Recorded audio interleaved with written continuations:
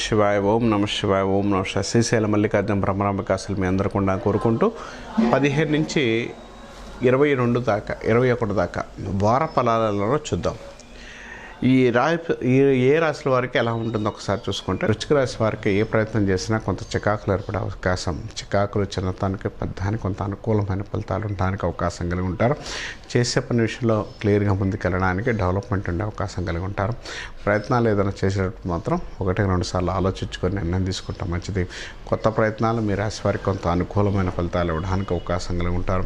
కొత్తమైన ఆలోచనలు ఎక్కువ ఉండే అవకాశం కలిగి ఉంటారు. కొత్త ప్రయత్నాల్లో మంచి పేరు ప్రతిష్టలు కానీ డెవలప్మెంట్ కానీ అనుకూలమైన ఫలితాలు ఇవ్వడానికి అవకాశం కలిగి ఉంటారని చెప్పొచ్చు. తర్వాత ఏదైనా చేద్దాం అనుకున్నప్పుడు మాత్రం 1-2 సార్లు ఆలోచించుకొని చేసుకోగలిగితే మంచి డెవలప్మెంట్ ఇస్తాడు.